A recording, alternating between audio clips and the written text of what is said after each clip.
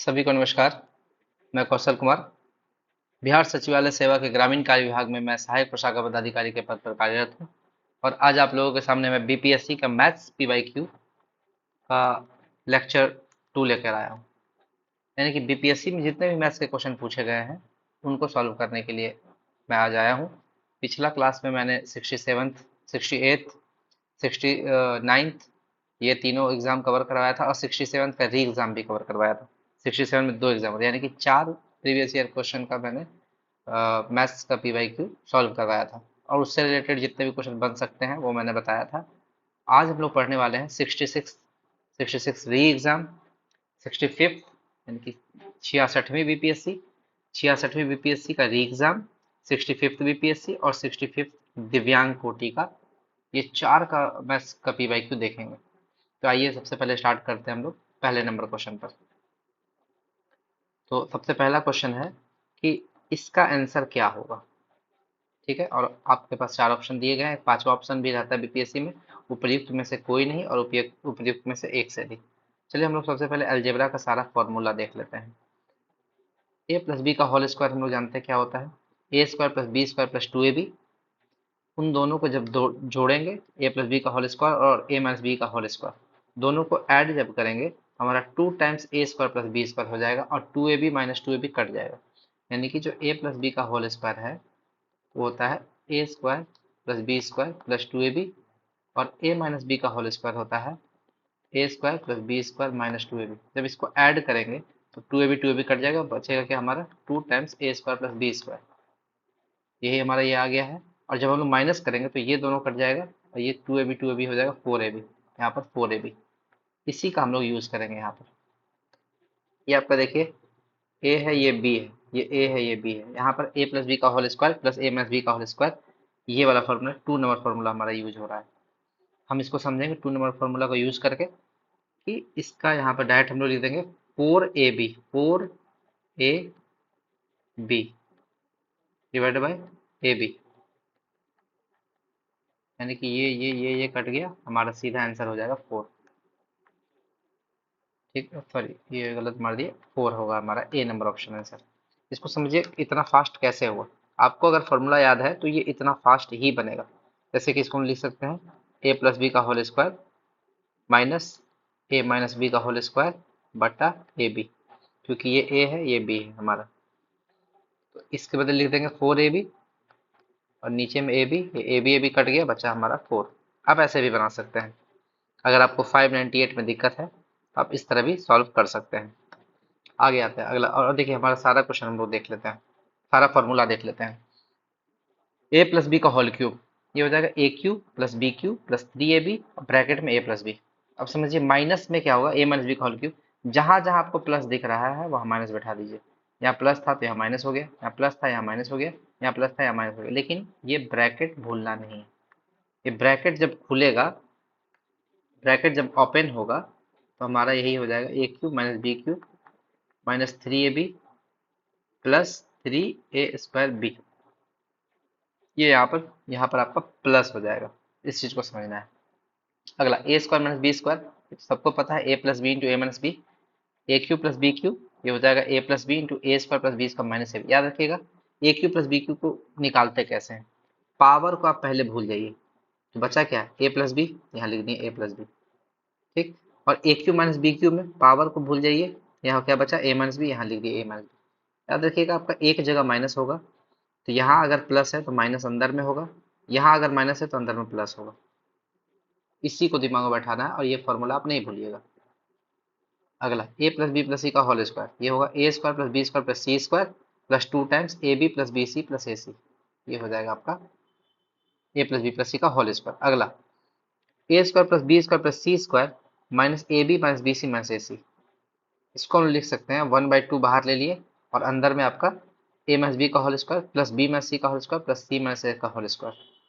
ये फॉर्मूला इतना इंपॉर्टेंट है कि इस पे आपका इस फॉर्मूला का दूसरा डेरिवेटिव आ जाता है। जैसे a cube plus b cube plus c cube, इसका फॉर्मूला देखते हैं। A cube plus b cube plus c cube minus 3abc, ये हो जाएगा a plus b plus c into इतना। और ये वही है जो यहाँ पर आपका लिखा हुआ है। A square plus b square plus c square minus, इसके बदले हम लोग लिख देंगे 1/2 टाइम्स 1/2 बाहर कर दिए और इसको यहाँ कर दिए। अब देखिए समझिए, a cube plus b cube plus c cube minus 3 ABC, इसका वैल्यू जीरो कब होगा, इसका वैल्यू जीरो कब होगा। तो राइट, इसको अगर हम लोग जीरो से इक्वेट करते हैं तो ये हो जाएगा a cube plus b cube plus c cube minus 3 ABC। ये जीरो तब हो सकता है जब हमारा ये वाला portion a plus b plus c zero हो जाए, यानी कि पहला कंडीशन क्या है, जब a plus b plus c zero हो जाए, और दूसरा कंडीशन क्या है, ये वाला पोर्शन जीरो हो जाए। इस वाले पोर्शन को जब जीरो करेंगे तो a minus b zero, b minus c zero और सी माइनस ए जीरो, यानी कि ए बराबर बी बराबर सी बराबर ए। तो दूसरा कंडीशन, यानी कि a cube plus b cube plus c cube बराबर 3ABC तब होगा जब हमारा a plus b plus c zero हो जाए या a equal to b equal to c हो जाए। इस पे भी आपका क्वेश्चन पूछता है। अगर इस टाइप का कोई क्वेश्चन पूछा तो मैं आपको बताऊंगा, अभी फिलहाल आप इसका फॉर्मूला याद रख लीजिए। आगे आते हैं। सेकेंड नंबर क्वेश्चन क्या बोल रहा है, 32 नंबर क्वेश्चन, इसका सेकेंड नंबर क्वेश्चन। एक शहर की जनसंख्या 1,76,400 है। यदि यह 5% की दर से बढ़ रहा है, ये कितना परसेंट की दर से बढ़ रहा है, इतना, और अभी टेम्पोररी पॉपुलेशन इतना है, तो 2 साल बाद इसका पॉपुलेशन क्या होगा, 2 ईयर बाद। देखिए रेट आपका कितना है, 5%, यानी कि इसको हम लोग लिख सकते हैं 5/100, यानी कि 1/20। अगर अभी 20 है तो अगले साल कितना हो जाएगा, 21, यानी कि एक साल में वो कितना बढ़ रहा है, 21/20। तो 2 साल में कितना बढ़ेगा, 2 साल में 21/20 इंटू 21/20। ठीक है, तो कितना था पहले, 2 साल बाद पॉपुलेशन पूछ रहा है, तो 2 साल बाद में पॉपुलेशन हो जाएगा 1,76,400 इंटू 21/20 इंटू 21/20। ये दो जीरो से ये दो जीरो कट गया, और दो दूनी चार, चार से काटते हैं, 4 चौक 16, एक से 4 चौक तो 4 एकम 4, 441 इंटू और 21 का स्क्वायर, ये भी 441 होगा, 441 इंटू 441, ये आ जाएगा 1,94,481, 1,94,481, और आपका ऑप्शन हो जाएगा ए नंबर ऑप्शन। चलिए अगला क्वेश्चन में आते हैं। इसमें लुप्त संख्या निकालना है। 4, 8, 4, 18, 48, 100 क्या होगा। अब समझते हैं इसको, पहले लिखते हैं। 4, 18, 48, 100। यहाँ पे पता नहीं हम लोग को क्या होगा, 294 और 448, यही है। 4 को क्या लिख सकते हैं, 2 का स्क्वायर। इसको क्या लिख सकते हैं, 3 का स्क्वायर इंटू 2। इसको लिख सकते हैं 2 का स्क्वायर इंटू 1। इसको लिख सकते हैं 4 का स्क्वायर इंटू 3। देखिए आपका पैटर्न मिल गया। ये आपका 2 का स्क्वायर जो है, ये आपका अलग पैटर्न में चल रहा है, 2 का स्क्वायर, 3 का स्क्वायर, 4 का स्क्वायर। ठीक है, और ये आपका अलग पैटर्न चल रहा है, 1, 2, 3। अगला जो टर्म होगा वो आपका होगा 5 स्क्वायर इंटू 4, यहाँ पर हो जाएगा 6 स्क्वायर इंटू 5, यहाँ पर हो जाएगा 7 का स्क्वायर इंटू 6, यहाँ पर हो जाएगा 8 का स्क्वायर इंटू 7। आप वेरीफाई कर सकते हैं, 4, 5, 6, 7 यहाँ अलग चल रहा है पैटर्न, यहाँ पर 5 स्क्वायर, 6 स्क्वायर, 7 स्क्वायर, 8 स्क्वायर, ये अलग चल रहा है पैटर्न। तो यहाँ पर जो आपका लुप्त संख्या होगा वो हो जाएगा 3, 6 का स्क्वायर 36 इंटू 5, यानी कि 18, 180। यहाँ पर ये आपका आंसर हो जाएगा 180, आंसर हो जाएगा आपका सी नंबर ऑप्शन। ये लुप्त संख्या निकालने का यही तरीका है। अगला क्वेश्चन देखिए, 34 नंबर। 2NC3 ratio NC2। इसमें आपको ये समझना होगा कि NCR का वैल्यू होता क्या है। आपको दो चीज़ें, NPR और NCR, इसको समझना होगा। NPR का वैल्यू होता है factorial N divided by N minus R का फैक्टोरियल, ये आपको समझना होगा। और NCR होता है factorial N divided by N minus R का फैक्टोरियल, और एक और हो जाएगा R का फैक्टोरियल, बस इतना अंतर है। एक यहाँ पर R का फैक्टोरियल एक्स्ट्रा हो जाता है। तो चलिए इसको हम लोग, ये हमारा फॉर्मूला हो गया। चलिए आगे इस क्वेश्चन को सॉल्व करते हैं। 2NC3 ratio NC2 equal to दिया 44/3। रेशियो का मतलब डिवाइड होता है, यानी कि 2NC3 divided by NC2 equal to 44/3। इसको हम लोग लिख सकते हैं, दिस इम्प्लाइज 2n का factorial divided by 2n minus 3 का फैक्टोरियल इंटू 3 का फैक्टोरियल। इसके बदले हम लोग क्या लिखे, इसके बदले ये, अब इसके बदले लिखेंगे factorial n divided by n minus 2 का फैक्टोरियल इंटू 2 का फैक्टोरियल, क्योंकि हम लोग इस फॉर्मूला में बैठा दिए एनसीआर के फॉर्मूला में। तो यहाँ पर 2nc3 है, तो n की जगह 2n है, तो यहाँ 2n का फैक्टोरियल n माइनस आर यानी कि 2n माइनस 3 का फैक्टोरियल और 3 का फैक्टोरियल। यहाँ भी वही किए हम लोग सेम, इक्वल टू 44/3, यानी कि इसको हम लोग क्या लिख सकते हैं, इसको हम लिख सकते हैं 2n का फैक्टोरियल इंटू, देखिए फर्स्ट इंटू लास्ट और सेकेंड इंटू थर्ड, ऐसे आपको करना है जब भी इस टाइप का चीज आ जाए। तो फर्स्ट इंटू लास्ट यानी कि n माइनस 2 का factorial into factorial 2 divide by 2n minus 3 का फैक्टोरियल इंटू 3 का फैक्टोरियल इंटू फैक्टोरियल n। अब एक चीज आप समझिए, फैक्टोरियल 5 को अगर हम लोग लिखेंगे तो ऐसा लिख सकते हैं 5 इंटू उससे एक कम का फैक्टोरियल। तो फैक्टोरियल n को हम लोग लिख सकते हैं n इंटू n माइनस 1 का फैक्टोरियल। यही तरीका है, फैक्टोरियल n को जहां भी हम लोग रोकेंगे वहां फैक्टोरियल हो जाएगा, जैसे n n minus 1 n minus 2, तो अगला हो जाएगा n माइनस 3 का फैक्टोरियल। यही तरीका है इसका लिखने का, यानी कि अच्छा इसको ऐसे भी लिख सकता है आदमी फैक्टोरियल 5, इसको ऐसे भी लिख सकता है फैक्टोरियल 5, ये भी फैक्टोरियल 5 ही है, तरीका है लिखने का, आप जैसे लिखें। तो इसको हम लोग लिखते हैं 2n को 2n 2n minus 1 2n minus 2, बचेगा क्या, जो अगला टर्म बचेगा उसको लिख देंगे 2n माइनस 3 का फैक्टोरियल, यानी कि ये सिर्फ और सिर्फ 2n के बदले हम लोग इतना लिख दिए, यहाँ तक इतना 2n के बदले, और यहाँ जो था पहले से उसको वही एज इट इज उतार देते हैं, बटा 2n माइनस 3 का फैक्टोरियल इंटू, अब ये n के बदले क्या लिखेंगे, ये n के बदले हम लोग लिखेंगे n into n minus 1 n minus 2 का फैक्टोरियल, यानी कि n के लिए हम लोग इतना लिख दिए इंटू 3 का फैक्टोरियल, ये 3 का फैक्टोरियल एज इट इज उतार दी। ऐसा लिखने का रीजन ये था कि हमारा n माइनस 3 का फैक्टोरियल से 2n माइनस 3 का फैक्टोरियल कट जाएगा और n माइनस 2 से n माइनस 2 कट जाएगा, यही रीजन था। अच्छा ये 3 का फैक्टोरियल को भी हम लिख सकते हैं 3 इंटू फैक्टोरियल 2, यहाँ पर ये 2 कट जाएगा, इक्वल टू 44/3, यानी कि अब अगर हम लोग इसको सॉल्व करेंगे तो हमारा क्या आ जाएगा 2n 2n माइनस 1, यहाँ पर देखिए इसमें से 2 कॉमन ले लेंगे, 2 कॉमन ले लेंगे तो बचेगा n माइनस 1, और नीचे में बचेगा यहाँ पे आपका n n minus 1 n n minus 1, और यहाँ पर 3 बचेगा इंटू 3 इक्वल टू 44/3। ये 3 से ये 3 कट गया, n minus 1 n minus 1 cut गया, n से ये n कट गया, और आप देखिए क्या बचा, क्या 4 into 2n minus 1 equal to 44। यहाँ आपका 2 और 2 4 हो गया, ये 2 और 2 4 हो गया, तो यहाँ 4 लिख दिए, 2n माइनस 1 बराबर 44, 4 से हो गया 11 12 में, यानी कि 2n इक्वल टू 12, n हमारा हो जाएगा 6, n हमारा हो जाएगा 6। तो ये आपका n हमारा क्या आएगा 6, बी नंबर ऑप्शन। इसको समझने में कोई दिक्कत नहीं है, एकदम ऐसे ही सॉल्व होगा। अगला, m संख्याओं का औसत है आपका n स्क्वायर, m संख्या का औसत दिया हुआ है n स्क्वायर और n संख्या का औसत दिया हुआ है m स्क्वायर, तो आप इसका सम अगर निकालेंगे, सम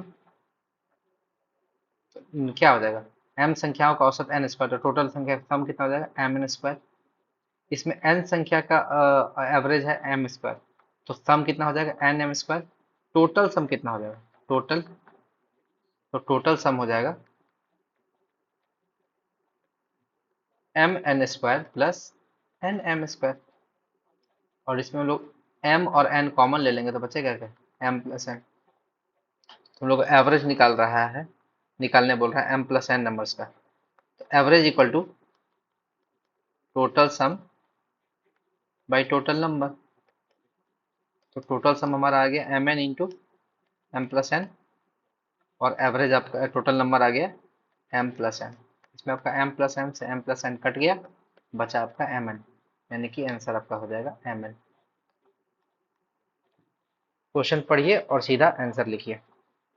आपको इस क्वेश्चन में बोला m संख्या का एवरेज n स्क्वायर है, n संख्या का एवरेज m स्क्वायर है, तो m+n यानी कि इस दोनों को जोड़ देंगे, m+n का एवरेज क्या होगा, तो m+n का एवरेज उसका सम से डिवाइड करेंगे नंबर को तो आ जाएगा mn आ जाएगा। ये आपका तरीका है। अगला क्वेश्चन है बास्केटबॉल वाला। देखिए बास्केटबॉल वाला क्वेश्चन है, इसको हम लोग वेन डायग्राम से बनाएंगे, इसको हम लोग वेन डायग्राम से बनाएंगे। तो क्वेश्चन क्या बोल रहा है, एक स्कूल में एथलेटिक टीमों के एक समूह में 21 बास्केटबॉल टीम में, 26 हॉकी टीम में और 29 फुटबॉल टीम में है। कंपटीशन इतना है। अगर 14 हॉकी और बास्केटबॉल खेलते हैं, यानी कि हॉकी और बास्केटबॉल 14 है। अब इसमें समझिए कि बोल क्या रहा है। इसमें बोल रहा है कि बास्केटबॉल खेलने वाला है 21, आपका हॉकी खेलने वाला है 26 और आपका फुटबॉल खेलने वाला है 29। देखिए यहाँ पे आपको बता रहा है 21 बास्केटबॉल, 26 हॉकी टीम और 29 फुटबॉल टीम, तो उसको हम लोग यहाँ पे लिख दिए। अगला 14 आदमी जो है हॉकी और बास्केटबॉल, यानी कि हॉकी प्लस बास्केटबॉल है 14, उसके बाद 12 football plus basketball, football plus basketball है 12 और 15 hockey plus football, hockey plus football है आपका 15। ठीक। और 8 आदमी तीनों खेलता है, यानी कि हॉकी बास्केटबॉल और फुटबॉल तीनों खेलने वाला आदमी है 8। तो कितने आदमी फुटबॉल खेलते हैं, तो हम लोग से पूछ रहा है केवल फुटबॉल, केवल फुटबॉल खेलने वाले, वो और कुछ नहीं खेले, वो कितना होगा। इसको हम लोग वेन डायग्राम से बनाते हैं। 3 डायग्राम बनाएंगे हम लोग, 1 2 3। ये 3 डायग्राम हमारा हो गया। तो आप यहाँ पे इसमें आप ये समझ सकते हैं, क्योंकि 3 हम इसको अच्छा से बनाते हैं। ठीक है, ये हो गया हमारा, सॉरी, इसको हम लोग ग्राफ बनाएंगे ना।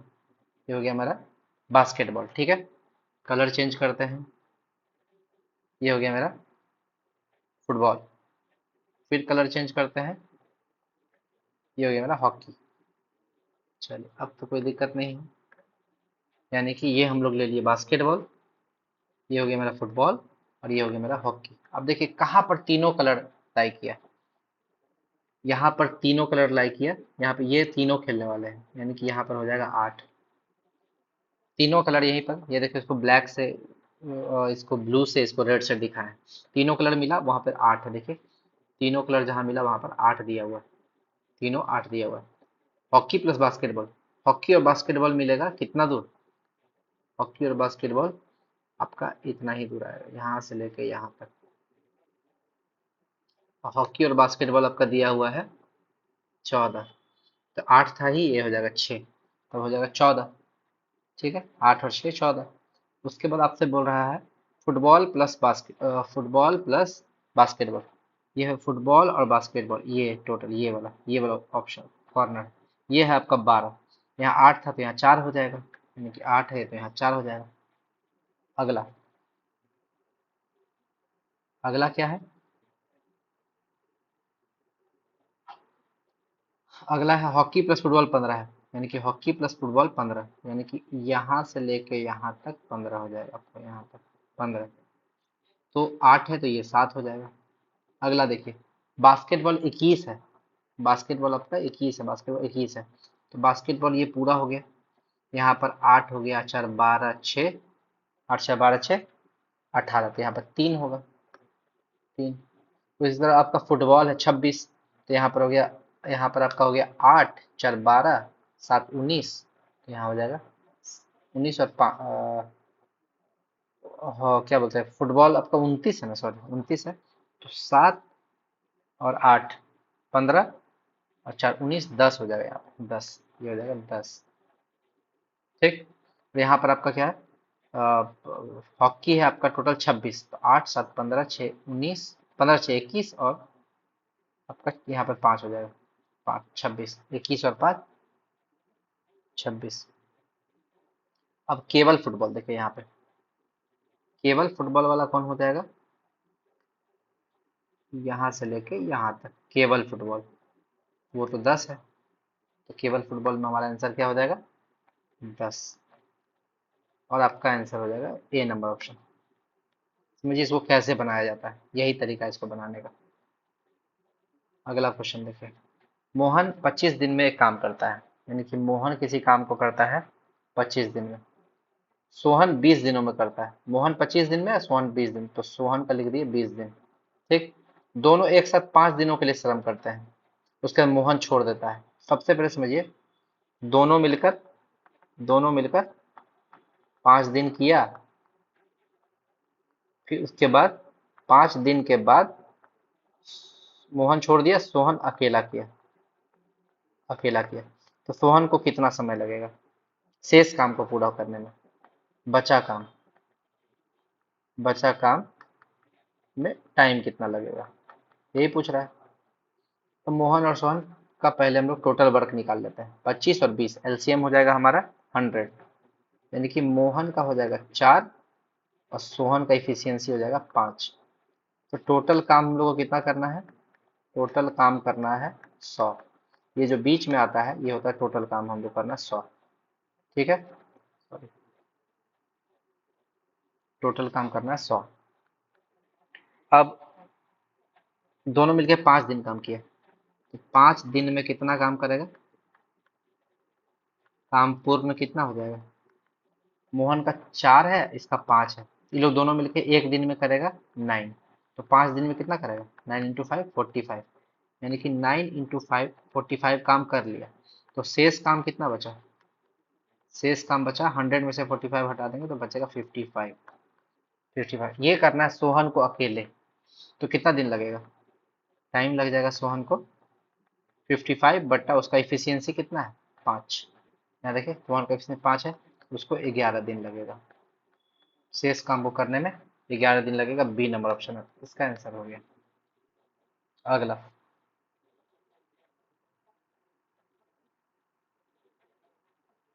घड़ी वाला क्वेश्चन है। घड़ी वाला क्वेश्चन हम पिछले बार बताए थे पिछले वीडियो में। अगर किसी को कोई दिक्कत होगा तो वो पिछला वीडियो जरूर देख लीजिएगा। 12 बजे चलना शुरू करती है। देखिए घड़ी का फोटो लगा देते हैं, घड़ी का फोटो लगाना जरूरी है यहाँ। ये देखिए घड़ी का हम लगा दिए यहाँ पे फोटो।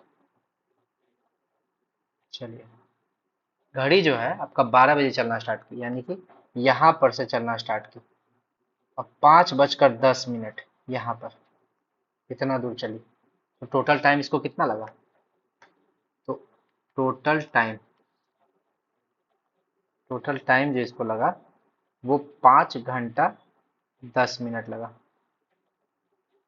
5 घंटा 10 मिनट, यानी कि इसको अगर हम लोग सॉल्व करेंगे, 5 घंटा यानी कि कितना मिनट हो जाएगा? 1 घंटा 60 मिनट होता है, ये हो जाएगा 300 मिनट, और यहाँ पर 10 मिनट यानी कि 310 मिनट।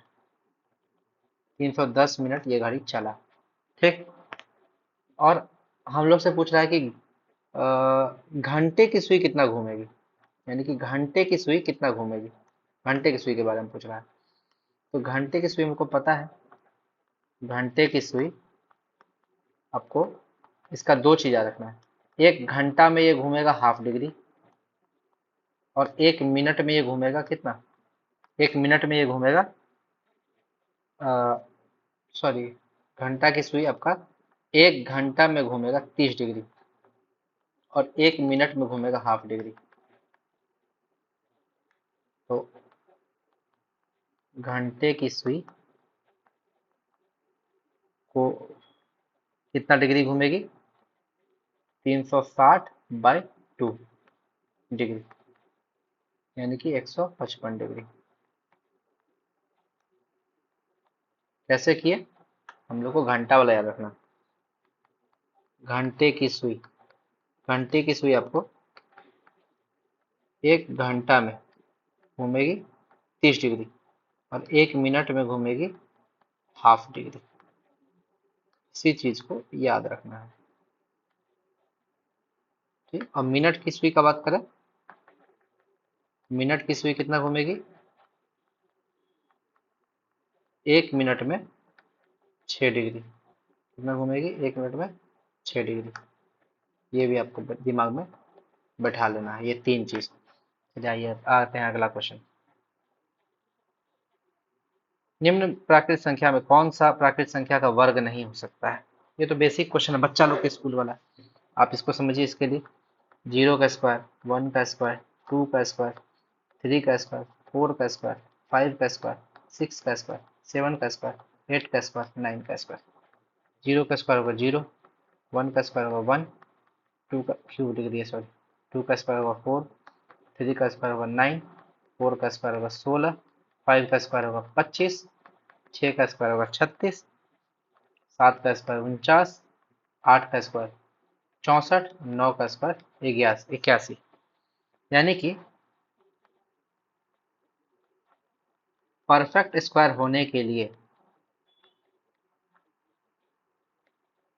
परफेक्ट स्क्वायर का लास्ट डिजिट जो है वो क्या होना चाहिए? या तो 0 होना चाहिए। देखिए 0 आपका है, यहाँ 0 है। 1 का स्क्वायर और 9 का स्क्वायर के लास्ट में 1 आता है। 2 का स्क्वायर और 8 का स्क्वायर के लास्ट में 4 आता है। 3 का स्क्वायर और 7 का स्क्वायर के लास्ट में 9 आता है। 4 का स्क्वायर और 6 का स्क्वायर के लास्ट में 6 आता है। और 5 का स्क्वायर के लास्ट में 5 आता है। यानी कि 0 होगा, 1 होगा, 4 होगा, 9 होगा, 6 होगा या 5 होगा। परफेक्ट स्क्वायर का लास्ट डिजिट यही होगा, यानी कि 2378। 2378 लास्ट डिजिट नहीं हो सकता है, नहीं हो सकता है। तो ये आपको यादें रख लीजिए दिमाग में। 2378, 2378 आपका लास्ट डिजिट नहीं हो सकता परफेक्ट स्क्वायर का। यानी कि आपका इसमें क्वेश्चन पूछा कौन वर्ग नहीं हो सकता, तो 2, इसके लास्ट में 2 आया, ये नहीं हो सकता है।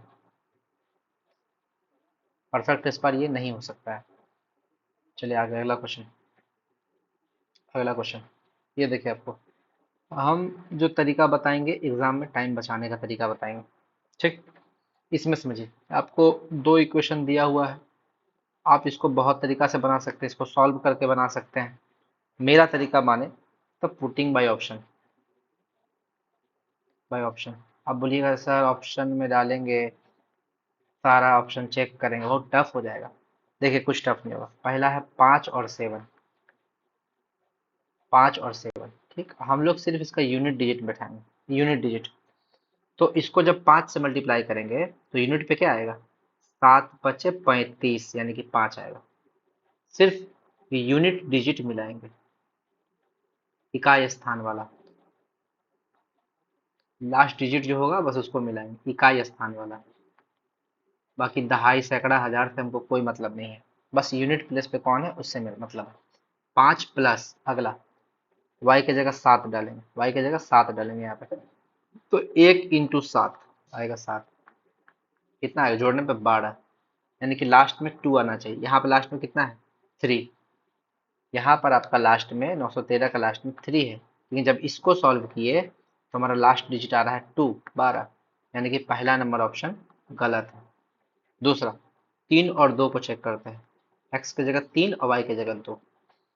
x की जगह 3 रखेंगे तो 7 × 3 = 21, यानी कि यहाँ पे 7 × 3 = 21, 1 हो जाएगा, 1 प्लस, और y की जगह 2, 1 × 2 2, यानी कि 3। ये हो सकता है, ये हो सकता है। अगला ऑप्शन -5, 7। तो -5 रखेंगे तो -5 + 7, ये आ जाएगा 2। ये भी नहीं होगा। अगला ऑप्शन 2 और 5, यहाँ पे रखेंगे 7 × 2 = 14, 4, और 1 × 5, यहाँ देखें पहले 2 रखेंगे तो 7 × 2 = 14, 14 का यूनिट डिजिट 4 लिए, और 1 × 5 5 हो गया, 5 जोड़ने पाएगा 9। गलत। यहाँ पे तो लास्ट में 3 आना चाहिए। यानी कि सारा ऑप्शन आपका छट गया, बचा सिर्फ ऑप्शन बी नंबर। मार देंगे बी नंबर ऑप्शन। हो सकता है बी ना हो, इनमें से आपका ई नंबर ऑप्शन भी हो सकता है, लेकिन मैक्सिमम चांस है कि आप इसको पुट करके देख लीजिए ना, इसको पुट करके देख लीजिए। हम यूनिट डिजिट मिलाएं, और अगर हमको डाउट हो रहा है कि बी और ई में कौन आंसर है, पुट कर लीजिए। आपको 3 और 2 को पुट करके देखते हैं 913 आता है कि नहीं। तो 217 इंटू 3 प्लस 131 इंटू 2 कितना हो जाएगा? 7 के हाथ में 3 3 2 5 3 2 6 और 131 इंटू 2 262 2 6 पता हाथ में 913 आ गया हमारा आंसर। हो गया, हम कंफर्म हो गए कि मेरा यही ऑप्शन होगा। कंफर्म हो जाइए आप, उसमें क्या बी नंबर ही ऑप्शन होगा। चलिए अगला 66 बीपीएससी पहला जो है वो एग्जाम का क्वेश्चन सारा खत्म हो गया है। दूसरा 66 बीपीएससी री एग्जाम का क्वेश्चन देखते हैं। एक पिता की आयु उसके पुत्र की आयु से 3 गुना ज्यादा है। तो यहाँ पर हम लिख लेते हैं पिता, यहाँ पर लिख देंगे पुत्र। ठीक, पिता की आयु उसके पुत्र की आयु से 3 गुना ज्यादा है, यानी कि अगर पुत्र का आयु x है तो पिता का आयु कितना हो जाएगा? पुत्र का आयु अगर x है तो पिता का आयु आप बोलेगा 3x, नहीं 4x होगा। 3 गुना ज्यादा है यानी कि x से 3x ज्यादा है, तो इसका कितना हो जाएगा? x में 3x जोड़ेंगे तब 4x होगा। यही पे समझिए यहाँ पे आदमी गलती कर देता है। अगर बोलता 3 गुना है, 3 गुना है, तब हम लोग यहाँ 3x लिखते हैं, लेकिन 3 गुना ज्यादा है, x से 3 गुना ज्यादा है, x से 3x ज्यादा है, यानी कि 4x। अगला 8 वर्ष बाद पिता की आयु, 8 वर्ष बाद इसमें 8 जोड़ देंगे, इसमें भी 8 जोड़ देंगे। ठीक, 8 वर्ष बाद पिता की आयु और उसके पुत्र की आयु की 2.5 गुना हो जाएगी, यानी कि 4x प्लस 8 जो है वो 2.5 टाइम्स हो जाएगा x प्लस 8। यही क्वेश्चन में बोल रहा है, सॉल्व करते हैं। 4x plus 8 equal to 2.5x plus 20, यानी कि इसमें अब सॉल्व करेंगे तो हो जाएगा 1.5x इक्वल टू 12। x हमारा कितना आ जाएगा? 12 बाई 1.5, तो ये आ जाएगा 8। x हो गया हमारा 8, x हमारा 8 हो गया। तो पिता और पुत्र का उम्र कितना हो जाएगा? 8 और यहाँ 32। पिता और पुत्र का एज आ गया, x और 4x था एज, हम लोग यही माने थे, तो 8 और 32 आ गया। क्वेश्चन में क्या बोल रहा है? 7 वर्ष बाद पिता की उम्र उसके पुत्र की उम्र से कितना गुना होगा? 7 वर्ष बाद ये कितना हो जाएगा? 15, और 7 वर्ष बाद ये कितना हो जाएगा? 39। कितना गुना? 39/15। ए नंबर ऑप्शन। कितना गुना पूछ रहे थे, यही ना पूछ रहे थे, यही हो जाएगा आंसर हमारा। अगला, ए ने 48,000 रुपया लगाकर एक व्यापार शुरू किया। ठीक, चलिए, और ए ने 48,000 रुपया लगाकर एक व्यापार शुरू किया। कुछ माह बाद बी जो है 36,000 रुपया पूंजी लगाकर ए के साथ व्यापार में साझेदार हो जाता है। यदि वर्ष के अंत में इतना मुनाफा हुआ तो बी कितने माह बाद बी ने व्यापार में साझेदारी की होगी? समझते हैं। ए है, यहाँ बी है। ठीक, यहाँ पर ए के लिए हम लिखेंगे कैपिटल और टाइम, यहाँ बी के लिए लिखेंगे कैपिटल और टाइम। समझे? ठीक है, फिर से करते हैं इसको, थोड़ा सा गंदा लग रहा है।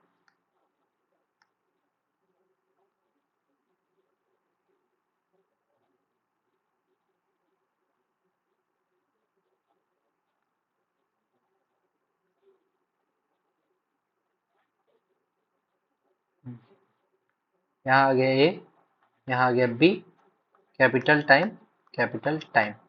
समझ लेते हैं। ए जो है कितना पैसा लगाया? 48,000, यानी कि 48K। ठीक है, और बी जो है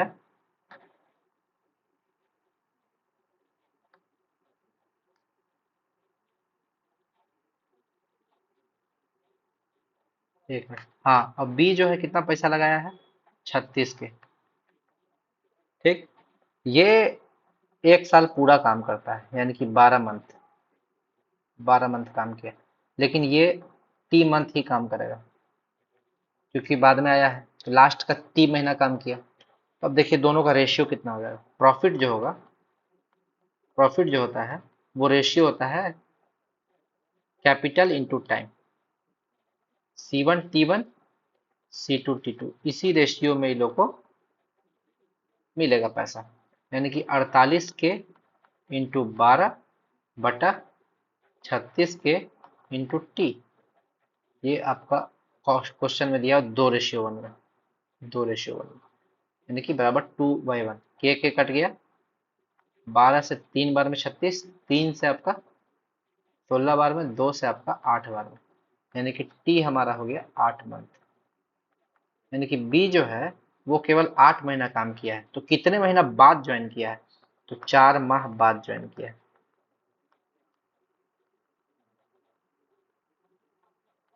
आंसर हमारा हो जाएगा ए नंबर, ए नंबर। आइए अगला क्वेश्चन। समीकरण 4 plus 8√5x² minus 2 plus √3x plus 6 plus 3√3 के मूलों का हरात्मक माध्य क्या होगा? ठीक समझिए, यहाँ पर क्वाड्रेटिक इक्वेशन यहाँ पे हम लिख दिए। क्वाड्रेटिक इक्वेशन अगर आपका ax² plus bx plus c बराबर 0 है, तो यानी कि द्विघात समीकरण, तो इसका जो रूट होता है, मूल, इसका रूट्स अल्फा और बीटा अगर है, मान लेते हैं अल्फा और बीटा इसका अगर रूट है, तो रूट्स का सम माइनस बी बाई ए होता है और रूट्स का मल्टीप्लीकेशन सी बाई ए होता है। यानी कि माइनस बी बटा ए, ये इसको इससे डिवाइड करेंगे तो माइनस बी बटा ए, और इससे अगर इसको डिवाइड करेंगे तो वो मल्टीप्लीकेशन हो जाएगा। यानी कि हम लोग ऐसा लिख सकते हैं क्वाड्रेटिक इक्वेशन को, x² minus alpha plus beta X plus alpha beta equal to 0 in terms of roots, roots के टर्म में। इसी इक्वेशन को हम लोग ऐसे लिख सकते हैं, ये आपको याद रखना है। और इसका रूट्स निकालने का ये तरीका है। आगे आते हैं, इसमें हम लोग अगर देखेंगे तो ए आपका कितना है, 4 प्लस √5 इस क्वेश्चन में। देखिए ए के जगह 4 प्लस √5 है, ब्रैकेट में ले लेते हैं। बी के जगह है माइनस 2 प्लस √3 और सी के जगह है 6 प्लस 3√3। ऐसा करते हैं, 3 कॉमन ले लेते हैं इसमें, तो बचेगा मेरा 2 प्लस √3। ठीक, अब हमारा अल्फा प्लस बीटा रूट्स का सम कितना हो जाएगा, अल्फा बीटा माइनस बी बट्टा ए, यानी कि माइनस, और बी के जगह एक और माइनस है, यहाँ पे एक पहले से माइनस है कि यहाँ माइनस है, दोनों माइनस मिलकर प्लस हो जाएगा, 2 प्लस √3 बटा 4 प्लस √5। और alpha beta product of root क्या हो जाएगा, सी बटा ए, यानी कि 3 टाइम्स 2 प्लस √3 बटा 4 प्लस √5। ठीक है, अब हम लोग का पूछ रहा है हरात्मक माध्य क्या हुआ, हरात्मक माध्य। सबसे पहले समझिए माध्य 3 तरह का होता है। माध्य जो है वो 3 तरह का होता है, तीनों माध्य हम आपको बता देते हैं। तीनों माध्य आपको हम समझा देते हैं। सबसे पहले आते हैं एरिथमेटिक मीन, मीन एम, इसको एम से दिखाते हैं एरिथमेटिक मीन को। तो अगर 2 नंबर है तो उसका एरिथमेटिक मीन क्या हो जाएगा, a1 प्लस a2 बाई 2। लेकिन अगर 3 नंबर है, मान ली 3 नंबर है, तो a1 plus a2 plus a3 by 3, जो एवरेज आता है वही होता है। लेकिन अगर n नंबर है क्या हो जाएगा, a1 plus a2 plus dot dot dot dot an बटा n। ये आपको फॉर्मूला याद रखना है, n नंबर का अरिथमेटिक मीन ये होता है। ठीक है, अब आते हैं ज्योमेट्रिक मीन। दूसरा है ज्योमेट्रिक मीन, ज्योमेट्रिक मीन।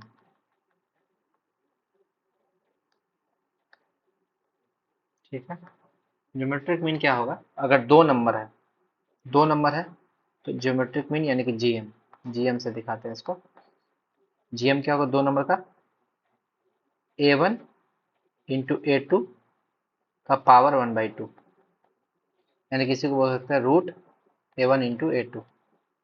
अगर 3 नंबर है तो क्या लिखेंगे, a1 into a2 into a3 का पावर 1/3, या इसको ऐसा भी लिख सकते हैं cube root of a1 into a2 into a3। अगर n नंबर है इसको कैसे लिखेंगे, a1 into a2 into a3 ऐसे करते करते n नंबर्स, उसका पावर 1/n। तो इसको भी हम लोग याद कर लेंगे। ठीक है, अगला आता है हार्मोनिक मीन। अगला आता है हार्मोनिक मीन, यानी कि HM। ये हार्मोनिक मीन क्या होगा, इसको भी समझ लेते हैं। HM इक्वल टू 2AB बट्टा A प्लस बी, 2 नंबर का, 2 नंबर के लिए 2AB बट्टा A प्लस बी। अच्छा, ये जरूरी है कि यही होगा? इसको सिंपलेस्ट वे में ऐसे लिखेंगे, 2/1/A प्लस 1/B। 3 नंबर है तो 3/1/A plus 1/B plus 1/C। n number है तो n/1/A प्लस 1/B, ऐसे करते करते 1/AN। यानी कि अच्छा ऐसा समझिए कि अगर n नंबर है तो हार्मोनिक मीन क्या हो जाएगा, n/1/A1 1/A2, ऐसे करते करते 1/AN। जस्ट AP का उल्टा होता है HP। AP का उल्टा होता है HP।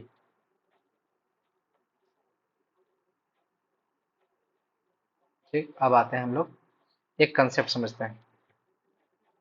एक कंसेप्ट समझते हैं कि arithmetic mean is greater than equal to geometric mean is greater than equal to harmonic mean. ये आपको एकदम दिमाग में बैठाना है, ये बहुत इंपॉर्टेंट फॉर्मूला है। इससे आपका बहुत क्वेश्चन पूछता है और एग्जाम में आता भी है।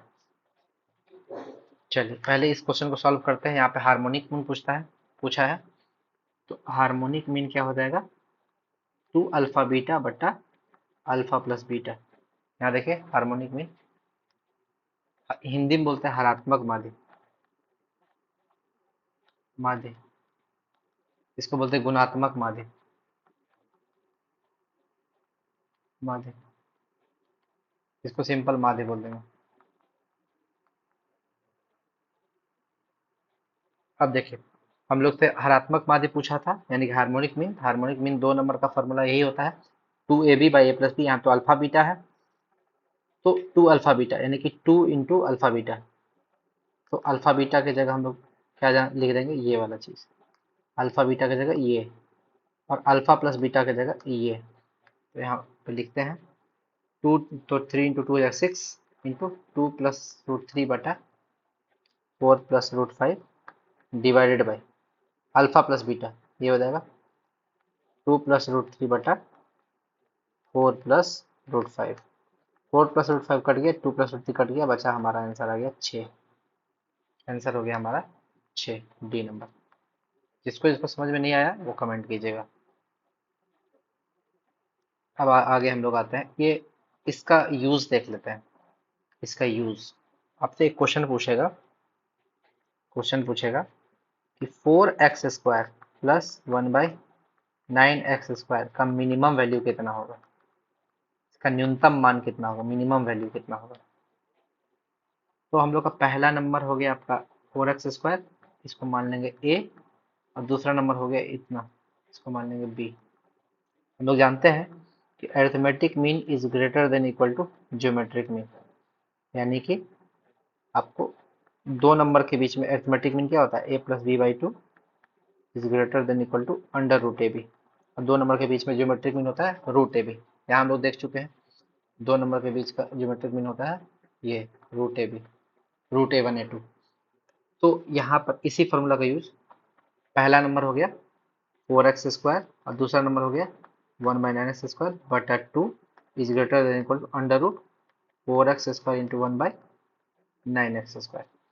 तो x² कट गया, तो ये कितना हो जाएगा, 4x² plus 1/9x² by 2 is greater than equal to √4/9, तो हो जाएगा 2/3, क्योंकि 4 का 2 बाहर आ जाएगा, 9 का 3 बाहर आ जाएगा, यानी कि ये 2 यहाँ आ जाएगा, ये वाला जो 2 है ये यहाँ आ जाएगा। इसको हम लोग लिख देंगे 4/3, यहाँ लिख देंगे is greater than equal to 4/3, यानी कि ये जो इसका वैल्यू है हमेशा 4/3 से बड़ा होगा या इक्वल टू होगा। तो मिनिमम वैल्यू कितना हो जाएगा, मिनिमम वैल्यू हो जाएगा 4/3। देखिए ये क्वेश्चन आपको पूछता है, यही तरीका है मिनिमम वैल्यू निकालने का। और लेकिन देखिए मिनिमम वैल्यू तभी निकलेगा, यहाँ देखिए एक्स स्क्वायर और एक्स स्क्वायर कट गया, रूट के अंदर वो कट जाना चाहिए, आपको दिमाग लगाना होगा कि वो रूट के अंदर कट जाएगा। ठीक, एक और क्वेश्चन आपको बताते हैं इसमें, एक और क्वेश्चन बताते हैं। क्वेश्चन 9x प्लस 4/x का मिनिमम वैल्यू, मिनिमम वैल्यू कितना होगा। आप खुद समझ जाएंगे कि x और x रूट के अंदर कट जाएगा। तो ये हो गया पहला नंबर, ये हो गया दूसरा number. Arithmetic mean is greater than equal to geometric mean.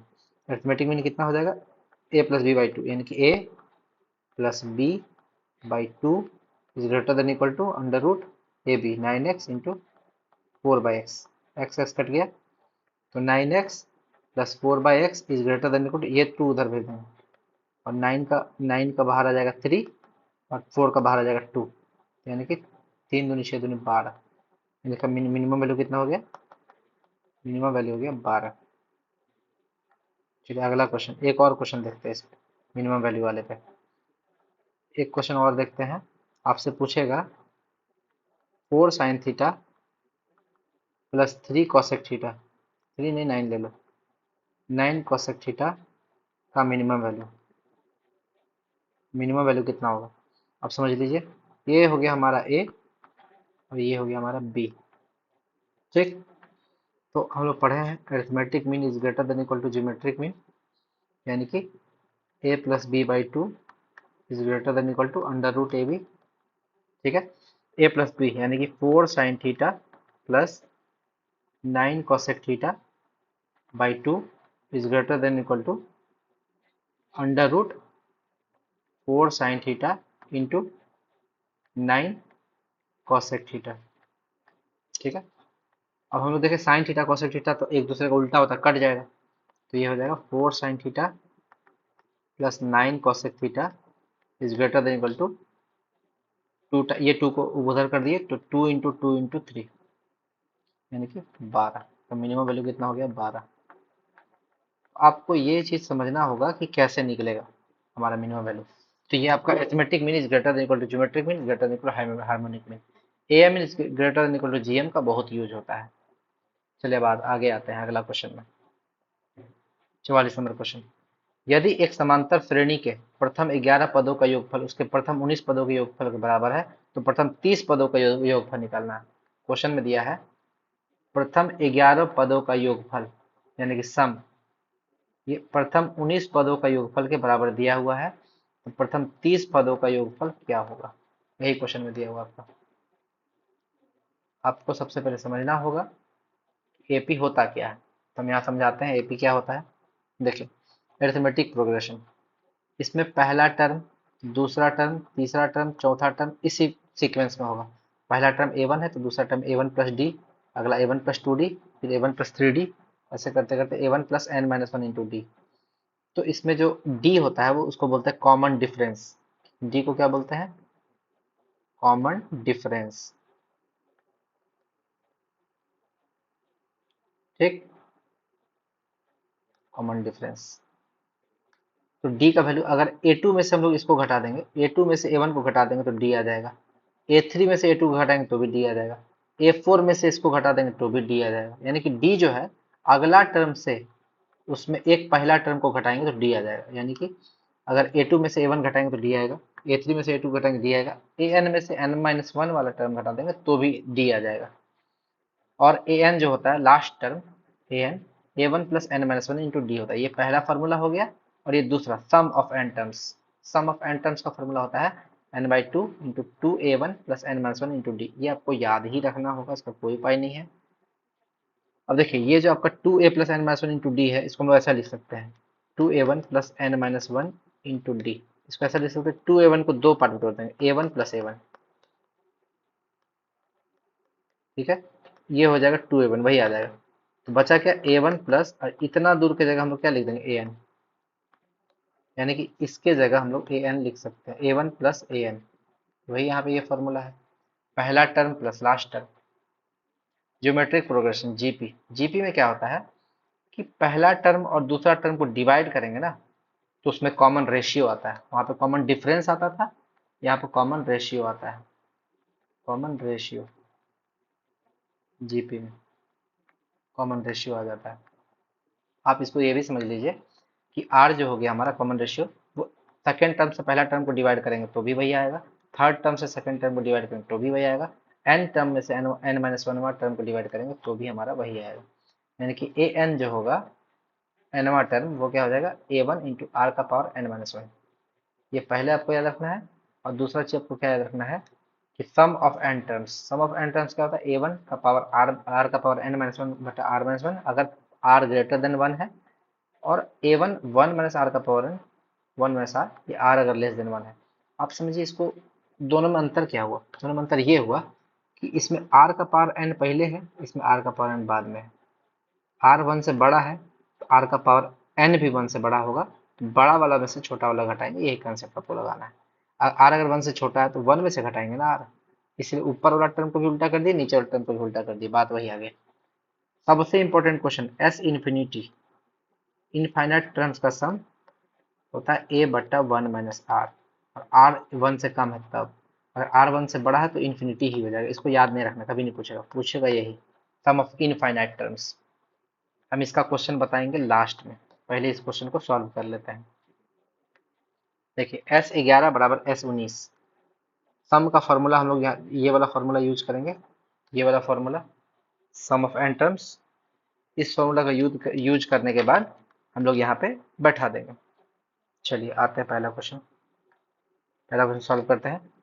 तो 11/2 into 2a1 plus N minus one D, देखिए एन माइनस वन डी, यानी कि एन अगर 11 है तो 10 डी, 10 डी। और एस 30 की जगह क्या लिखेंगे, 30/2 2a1, सॉरी 30 नहीं, सॉरी यहाँ पे आपका 19 है, 19 तो 19/2 इंटू 2a1 प्लस 18 डी। देखिए 2 कट गया, अब सबको अंदर घुसा दीजिए, 11 दूनी 22a1 प्लस 11 दही के 110 डी इक्वल टू 19 दूनी 38a1 प्लस 19 इंटू 18 200, 342, 342 डी।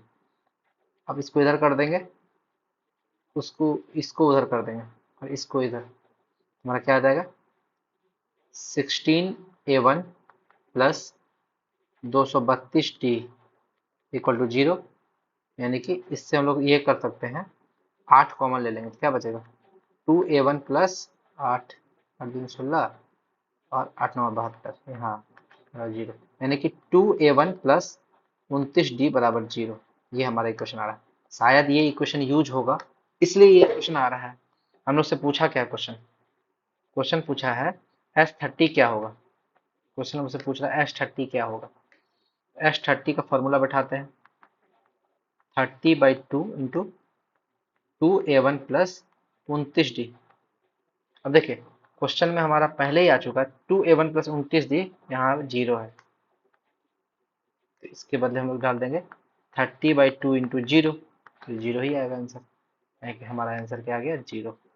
देखिए आपको फॉर्मूला अगर याद है तो क्वेश्चन बनने में कोई दिक्कत नहीं करेगा। चलिए हम बोलने वाले थे कि इसका यूज बता रहे हैं एस इन्फिनिटी का, ये वाला फॉर्मूला का, ठीक यूज कैसे होगा। क्वेश्चन क्वेश्चन आपको दिया रहेगा, क्वेश्चन दिया रहेगा कि एक स्क्वायर है,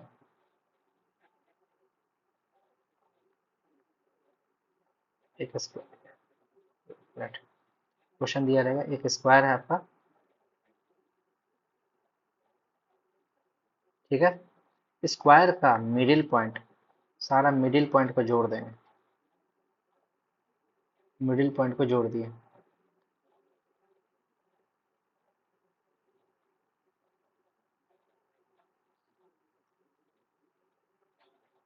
ठीक है। फिर अगला स्क्वायर बनेगा, उसका मिडिल पॉइंट को जोड़ देंगे,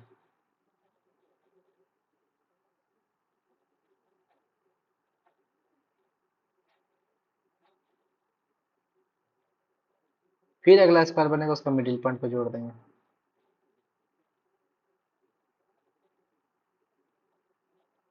ठीक है। इस तरह जो स्क्वायर बनेगा उसका एरिया क्या होगा। इस तरह करते करते जोड़ते रहेंगे हम लोग, कब तक जोड़ते रहेंगे, इन्फिनिटी तक। इस तरह जोड़ते रहेंगे इन्फिनिटी तक, इनफाइनाइट टर्म तक जोड़ते रहेंगे। उसका एरिया का सम क्या होगा। फाइंड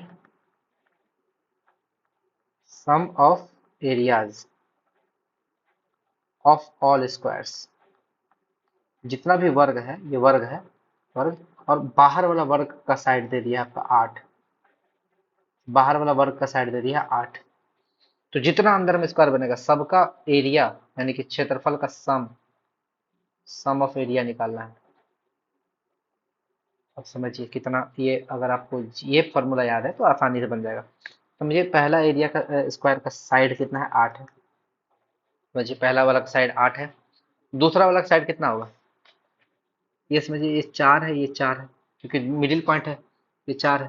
तो ये हो जाएगा 4√2। कितना हो जाएगा, 4√2। तो ये कितना हो जाएगा, समझिए इसको 2√2 हो जाएगा। अगला हो जाएगा 4, फिर अगला हो जाएगा 2√2, फिर अगला हो जाएगा 2। ऐसे करते करते स्क्वायर का साइड, स्क्वायर का साइड होगा, साइड, साइड। तो इसका एरिया कितना होगा, एरिया, एरिया 8 का स्क्वायर 64, इसका स्क्वायर, इसका स्क्वायर कितना होगा, 4√2 का स्क्वायर 32, इसका स्क्वायर 16, इसका स्क्वायर 8, इसका स्क्वायर 4। ऐसे करते करते, यानी कि सम ऑफ एरिया, यानी कि ये जो है एक जीपी बना रहा है, देखिए आप, 64, 32, 16, 8, 4। इसमें आर कितना हो जाएगा, आर होता है second term by first term, 32/64, 1/2। R हो गया मेरा 1/2। तो सम ऑफ इनफाइनाइट तक, ये कहाँ तक जाएगा, इन्फिनिटी तक। सम ऑफ इनफाइनाइट टर्म क्या होता है, a/1 - r। यानी कि ए पहला टर्म कितना है, पहला टर्म है 64/1 माइनस आर की जगह 1/2, यानी कि 64/1/2। तो ऊपर चला जाएगा 128, यानी कि सारा स्क्वायर का सम अगर निकालेंगे तो वो हमारा आ जाएगा 128। आप इस चीज को समझ लीजिए कि ये क्वेश्चन कभी नहीं बनेगा अगर आपको ये फॉर्मूला नहीं पता है तो। ये फॉर्मूला नहीं पता है तो जिंदगी में नहीं बनेगा। ठीक है, अगला क्वेश्चन आता है 45 नंबर क्वेश्चन। यदि n एक पूर्णांक संख्या है तथा उसके अंकों का योग 2 है, ठीक, तथा 10 का पावर 10 से n और 10 का पावर 11 के बीच में, यानी कि n जो है आपका, n जो नंबर जो है वो आपका 10 का पावर 10 से बड़ा है और 10 का पावर 11 से छोटा है, और अंकों का योग 2 ही है। अंकों का योग कितना है, 2 है, ये आपको दिया हुआ। इसका कितना विभिन्न मान हो सकता है, कितना विभिन्न मान इसका हो सकता है, ये आपका क्वेश्चन है। समझते हैं, पहले 10 का पावर 10 लिख देते हैं, है ना। तो 1, 2, 3, 4, 5, 6, 7, 8, 9, 10, इस 3 3 करके लिखते हैं।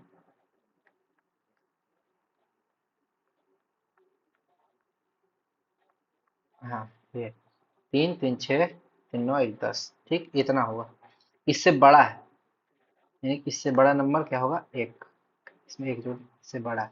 देखिए अंकों का योग कितना है, 2 आ गया, अंकों का योग आपका 2 आ गया, ठीक। और 10 का पावर 11 से कम, 10 का पावर 11 से कम है, यानी कि इसमें कितना पॉसिबिलिटी है बनने का। अगला नंबर क्या हो सकता है, 1 0 0 0 0 0 0 0 0 1 0, ये हो सकता है। अगला टर्म देखिए, 1 जो है खसकते जाएगा, अगला बार में 1 यहाँ आ जाएगा, उसके अगला बार में 1 यहाँ आ जाएगा, उसके बाद अगला बार में 1, यानी कि 1 जो है इधर खसकते जाएगा, यानी कि 1 अगला बार में कहाँ आ जाएगा। अभी देखिए 1 यहाँ है, 1 यहाँ था, यहाँ आ गया, फिर यहाँ आ जाएगा, यहाँ आ जाएगा, यहाँ आ जाएगा, यहाँ आ जाएगा, यहाँ आ जाएगा, यहाँ आ जाएगा, यहाँ आ जाएगा, तब तक सम 2 ही है, ठीक है। वो और अगला बार में क्या हो जाएगा, अगला बार में क्या हो जाएगा, सब जीरो, यहाँ पर 2, पहला नंबर 2, बाकी सब जीरो, बाकी सब जीरो। तो भी आपका अंकों का सम, अंकों का जो सम है 2 ही रहेगा, सम 2 ही रहेगा। तो टोटल कितना आपका पॉसिबिलिटी हो गया, टोटल पॉसिबिलिटी आपका हो गया ये 1 2 3 4 5 6 7 8 9 10, और ये हो गया 11। टोटल कितना पॉसिबिलिटी हो गया? 11। आपका 11 नंबर हो गया आंसर। 11 हो गया आपका आंसर। चलिए अगला क्वेश्चन बनाते हैं।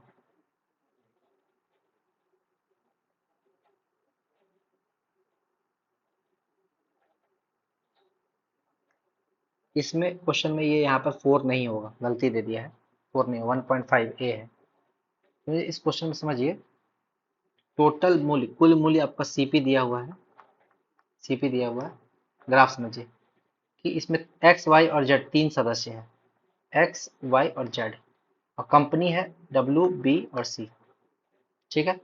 एकक मूल्य यानी कि यूनिटरी मूल्य एन पी और आर है।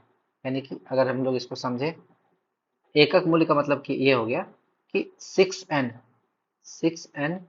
प्लस 5p प्लस 3r जोड़ेंगे तो ए आ जाएगा।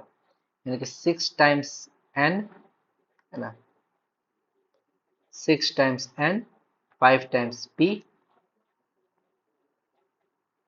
5 टाइम्स p और 3 टाइम्स r को जोड़ेंगे तो ए आएगा। ये हमारा पहला इक्वेशन हो गया, पहला इक्वेशन। अगला इक्वेशन क्या हो जाएगा? 7 times n plus 9 times p plus 5 times r, ये हो जाएगा 1.5a। सेकेंड इक्वेशन हो गया। थर्ड इक्वेशन हो जाएगा 8n plus 11p plus 7r बराबर 1.75a। ये हो गया हमारा थर्ड इक्वेशन। हम लोग को निकालना क्या है? पूछा क्या है? पूछा क्या है क्वेश्चन में? पूछा है आपका x, पूछा है x द्वारा किए गए कुल भुगतानों में W कंपनी के एककों के भुगतान का प्रतिशत। यानी कि x द्वारा W को भुगतान, भुगतान बटा x का कुल भुगतान, कुल भुगतान इंटू 100। यानी कि इसको पूछा हम लोग से क्या है? x द्वारा w को भुगतान कितना है? x द्वारा w को भुगतान है 6n, ये हो जाएगा 6n। और x का कुल भुगतान, और x का कुल भुगतान है a, 6n बटा a इंटू 100। ये हम लोग से पूछ रहा है। हम लोग को किसी भी तरह से यही निकालना है, n और a। ठीक है।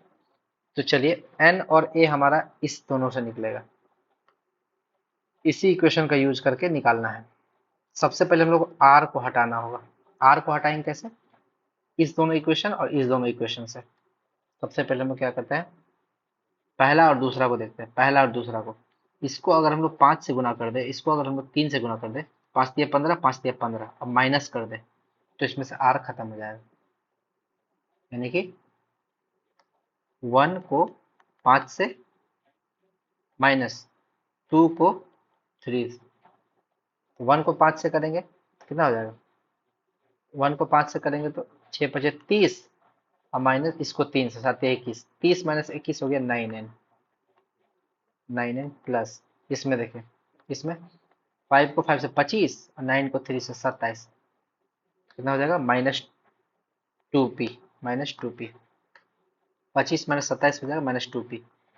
आर तो कट जाएगा, और इसमें क्या हो जाएगा? इसमें बचेगा 5a,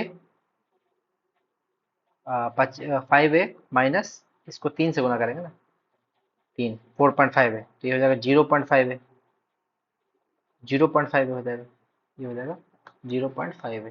ये हमारा इक्वेशन अगला हो गया 4, इक्वेशन 4 हो गया। और आपका, अब देखिए, अब इस दोनों इक्वेशन में क्या करेंगे, इसको 7 से और इसको 5 से गुना करके माइनस कर देंगे। यानी कि 2 को गुना करेंगे 7 से, माइनस 3 को गुना करेंगे 5 से, हमारा क्या आ जाएगा? इसको समझते हैं। इसको करेंगे 7 से, इसको करेंगे 5 से, ये 7 7 49, 8 5 40 हो जाएगा 49 में 40, 9n, 9n। अगला, इसको 7 से, इसको 5 से, 9 से 63, 11 5 55, 63 में 55 हो गया 8, 8 है ना, 8p plus 8p equal to, R तो कट जाएगा, इधर बचेगा 1.5 इंटू 7, इतना इंटू 5, माइनस करेंगे तो आएगा 4.5 है। ये आ जाएगा हमारा, सॉरी 1.75 है, 1.75 है। अब इस दोनों को सॉल्व करेंगे, इस 4 और 5 को सॉल्व करके हम लोग को ए और एन के बीच में निकालना है, एन और ए निकालना है, क्योंकि इसमें एन और ए है, पी नहीं है, तो पी को हटाना होगा। पी हटाने के लिए इसको 4 से मल्टीप्लाई करना होगा, पी हटाने के लिए इसको 4 से मल्टीप्लाई करना होगा, 4 से मल्टीप्लाई करेंगे कितना हो जाएगा, 36n प्लस 8p, इसको कर देंगे 4 से मल्टीप्लाई, तो ये हो जाएगा बराबर 2a, और जोड़ देंगे तो -8p होगा, सॉरी, तो जोड़ेंगे तो कितना हो जाएगा, 8p कट जाएगा, तो ये हो जाएगा आपका 45n इक्वल टू 3.75a। अब पॉइंट हटाएंगे तो n बट्टा ए कितना आ जाएगा, n बट्टा ए 3.75 बट्टा 45, यानी कि इसको 4500, पॉइंट हटा दिए, काटेंगे तो आ जाएगा ये 1/12, कितना आ जाएगा, काटेंगे तो 1/12, यानी कि n/a का वैल्यू आ गया 1/12। हमसे पूछा क्या था, पूछा था 6n/a इंटू 100, ये पूछा था 6 इंटू n/a का वैल्यू आ गया 1/12 इंटू 100, 6 से 2 बार में, 2 से 50 बार में, यानी कि हमारा आंसर आ गया 50। और 50 आपका कौन है, सी नंबर ऑप्शन है। इसी चीज को समझना है कैसे बनाना है क्वेश्चन। क्वेश्चन बनाने का अगर आपको आइडिया हो गया, आपसे कोई क्वेश्चन गलती नहीं होने वाला है। चलिए अगला क्वेश्चन 47 नंबर क्वेश्चन बनाते हैं। एक दूध वाला एक दूध वाला क्या करता है, 30 लीटर पानी और 70 लीटर दूध को मिश्रण करता है। चलिए, पानी और मिल्क, वाटर और मिल्क, ठीक है, पानी और दूध दोनों को मिला रहा है। पानी है आपका 30 लीटर और ये आपका 70 लीटर, टोटल हो जाएगा 100 लीटर। 30 लीटर पानी और 70 लीटर दूध का मिश्रण करता है। इस मिश्रण का 1/4 हिस्सा बेचने पर वह उसमें जितना मिश्रण बचा है उतना ही पानी 1/4 बेच देगा। 1/4 बेच देगा यानी कि 75 बेच दिया, ठीक। 1/4 अगर बेच दिया यानी कि 1/4 25 बेच दिया, तो बचा कितना, 75। 1/4 हिस्सा बेचने पर वो उसमें जितना मिश्रण बचा है उतना ही पानी बचे हुए मिश्रण में डाल देता है, ठीक। अब देखिए, यानी कि इसमें 3:7 में था, 3:7 में था मिल्क और वाटर। 1/4 बेच दिया, यानी कि कितना बेच दिया, पानी पानी वो बेच दिया 25 का 3/10, यानी कि अगर इसमें हम लोग देखें तो 1/4 बेचा, यानी कि वो बेचा कितना, बेचा है वो 25, 25 बेचा है। इस 25 में टोटल 100 था, ठीक है, 100 का 1/4 बेचा, 25 बेचा, 25 में मिल्क कितना है और वाटर कितना है, तो वाटर हो जाएगा 25 का 3/10, और मिल्क हो जाएगा 25 का 7/10, यानी कि 7.5 वाटर है, और आपका 14, 17.5 आपका मिल्क है, ठीक है।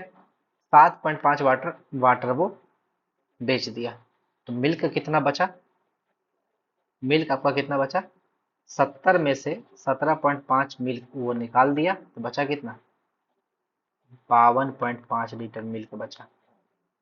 लेकिन उतना पानी मिला देता है, सॉल्यूशन तो 100 ही रहेगा, तो ये कितना रहेगा, 42.5 लीटर।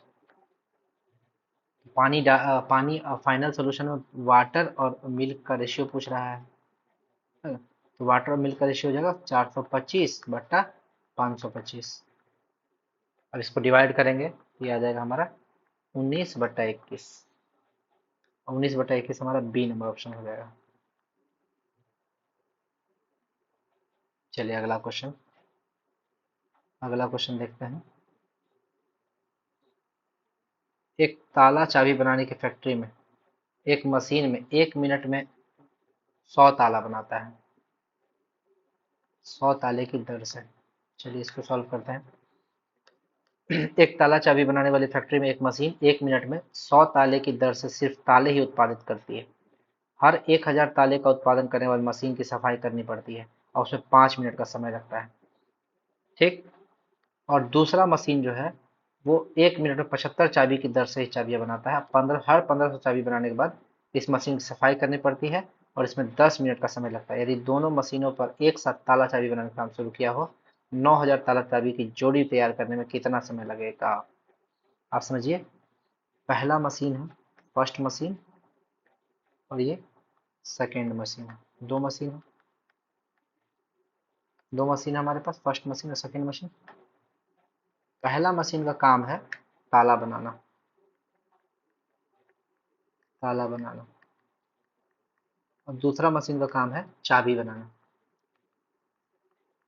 चाबी बनाना। ठीक है। ये मशीन जो है आपको 100 ताला बनाता है 1 मिनट में। और ये जो मशीन है आपको आपको दूसरा मशीन है वो 75 ना, 75 चाबी बनाता है 1 मिनट में। ठीक। तो एक ताला कितना देर में बनाएगा? एक ताला बनाएगा 1/100 मिनट। मिनट तो 9000 ताला में इसको लगेगा 90 मिनट। उसी तरह इसमें देखते हैं, एक चाबी बनाने में इसको कितना लगेगा? 1/75 मिनट। तो 9000 चाबी बनाने में इसको कितना लगेगा? 9000/75, 9000/75 हो जाएगा आपका 120 मिनट। 120, यानी कि आप समझिए इसको 90 मिनट लग रहा है, इसको 120 मिनट लग रहा है। ताला बनाने में 90 मिनट, चाबी बनाने में 120। चाबी में ज़्यादा समय लग रहा है। अब एक चीज़ समझिए, ताला और चाबी में मशीन रेस्ट भी करता है सफाई करने के लिए। तो जब पहला देखिए, हर 1000 ताले के बाद मशीन की सफाई करनी पड़ती है, और हर 1500 चाबी के बाद, यानी कि इसमें 1000 के बाद सफाई करना पड़ेगा और इसमें 1500 के बाद सफाई करना पड़ेगा। यानी कि 1000 पर इसको सफाई करेगा, फिर 2000 पे सफाई करेगा, फिर 3000 पे सफाई करेगा, ऐसे करते करते 8000 सफाई करेगा। 9000 पे सफाई करने से क्या मतलब है? 9000 तक तो हम लोग 8000 सफाई करेगा, अगला जब 9000 होगा तब तक तो कंप्लीट हो जाएगा। यानी कि रेस्ट यहाँ पे किया 5 मिनट, एक बार सफाई करने में 5 मिनट का रेस्ट लेता है। देखिए क्वेश्चन बोल रहा है कि हर 1000 के बाद उसको 5 मिनट का रेस्ट लेता है। और इसमें चाबी में क्या है कि वो हर 1500 चाबी के बनाने के बाद मशीन बनाती है और 10 मिनट का समय लगता है। मशीन क्या करता है कि 1500 पे उसको 10 मिनट लगता है, हर 1500 पे 10 मिनट का सफाई करने में टाइम लगता है। तब तो 1500 पे करेगा, फिर 3000 पे करेगा, फिर 4500 पे करेगा, ऐसे करते करते वो 7500 पे करेगा, 9000 पे नहीं करेगा। तो टोटल इसको कितना समय लगा? 5 मिनट, 5 मिनट, 3000, तो इसमें टोटल समय लगेगा इसको 5 मिनट इंटू 8, यानी कि 40 मिनट। 40 मिनट। और इसमें कितना एक्स्ट्रा टाइम लगेगा? 10 मिनट इंटू 5, 15, 30, 45, फिर 6000 और 7000, 5 बार 15 इंटू 10 इंटू 5, 50 मिनट। यानी कि ताला पे टाइम कितना लगेगा? टाइम जो है ताला बनाने में कितना लगेगा आपको? 90 मिनट, और प्लस जो रेस्ट किया 40 मिनट, यानी कि 130 मिनट। और टाइम जो आपका चाबी पे कितना लगेगा? 120 मिनट, प्लस रेस्ट किया 50 मिनट, 170 मिनट। हम लोग को तो ताला और चाबी की जोड़ी बनाना है। तो ताला मान लीजिए 130 में बन के तैयार है, लेकिन चाबी के लिए रुकेंगे ना, तो हम लोग को 170 मिनट तो रुकना ही पड़ेगा। 170 मिनट हो जाएगा आंसर। आगे आते हैं, अगला क्वेश्चन। लॉग का क्वेश्चन है ये। लॉग का क्वेश्चन है। लॉग का क्वेश्चन बनाने से पहले इसका रूल हम लोग देख लेते हैं। लॉगरिदम, लॉग बेस ए, इसको बोलते हैं हम लोग बेस, नीचे में जो रहता है इसको बोलते हैं बेस, ऊपर वाला को बोलते हैं पावर, इसको बोलेंगे वैल्यू, और इसको बोलेंगे पावर। यानी कि लॉग बेस 2x बराबर 3 अगर है, तो 2 का पावर 3 बराबर x हो जाएगा, यानी कि x जो है हमारा 8 हो जाएगा। अगला देखिए property, log base A B बराबर एक्स, तो हम ऐसा लिख सकते हैं a का पावर x बराबर b। देखिए ये पहला कंसेप्ट हो गया। दूसरा, log base A B equal to 1/log base B है, यानी कि a की जगह b चला गया, b की जगह a चला गया, इसको बोलते हैं बेस इंटरचेंज फॉर्मूला, है ना, बेस इंटरचेंज हो गया। ठीक है। अगला, log A B equal to log B बटा लॉग है, ये भी बोल सकते हैं। ठीक है। लॉग बी ऊपर वाला बटा लॉग है, यहाँ पे कुछ नहीं लिखा है, यानी कि कुछ बेस कुछ भी ई भी ले सकते हैं, बेस 10 भी ले सकते हैं, जो आपको लेने का मन। एक कॉमन बेस हो गया ई। अब देखिए यहाँ पर भी ए, यहाँ पर भी ए है, तो इसका वैल्यू 1 होता है। अगला, लॉग ए बी का पावर एक्स, अगर इसका पावर है एक्स तो वो बाहर आ जाएगा, यानी कि एक्स लॉग है। और अगर नीचे वाला का पावर है तो वो डिवाइड में हो जाएगा, यानी कि अगर बी का पावर एक्स है तो वो यहाँ आ जाएगा। अच्छा ये इसका वैल्यू समझिए, ए का पावर एक्स लॉग लॉग ए का पावर एक्स बी का पावर वाई, तो इसका पावर बाहर आएगा तो वाई हो जाएगा, और इसका पावर बाहर आएगा तो डिनोमिनेटर में हो जाएगा लॉग ए बी, यानी कि ए का पावर जो है वो डिनोमिनेटर में जाता है, बी का पावर मल्टीप्लिकेशन में जाता है। यही चीज़ समझना था।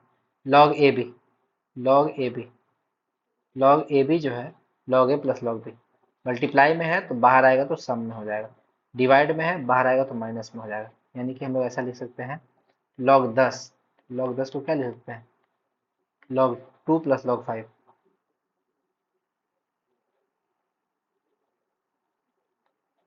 log 10 बराबर log 2 प्लस log 5। क्यों? क्योंकि 2 × 5 10 होता है, 10 को लिखेंगे 2 × 5, मल्टीप्लीकेशन में है तो सम में हो जाएगा।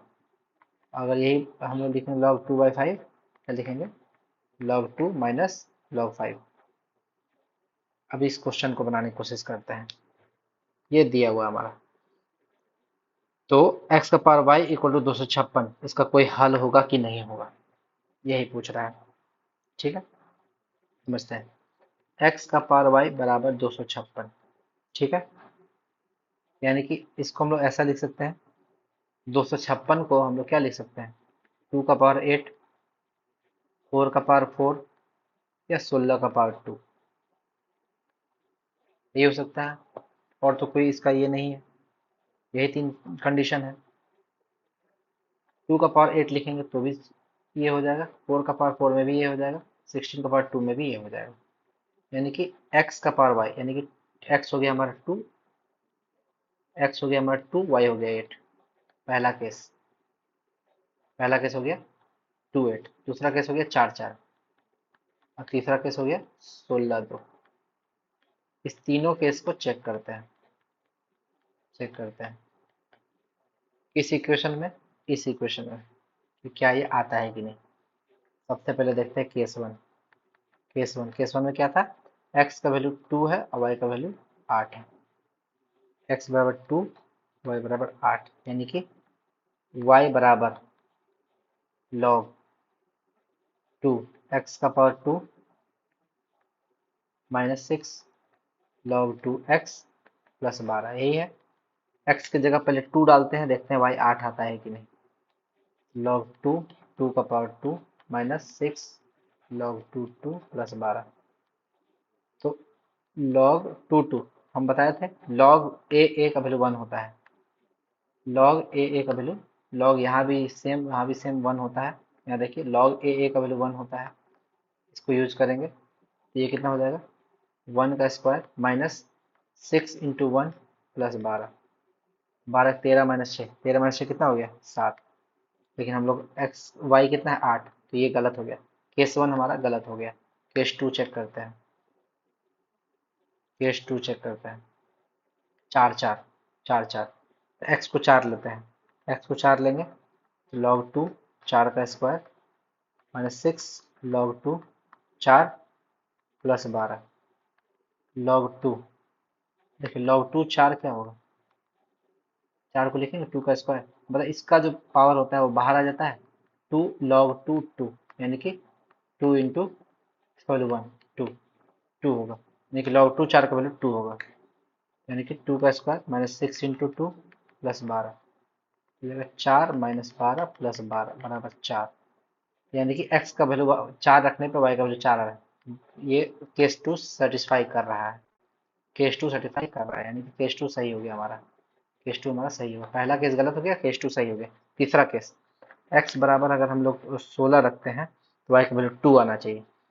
तो log 2 16 का वैल्यू कितना हो जाएगा? log 2 2 का पावर 4, 4 बाहर आ जाएगा। log 2 2 यानी कि 4 इंटू 1 बराबर 4। अब यहाँ पे इसको निकालते हैं।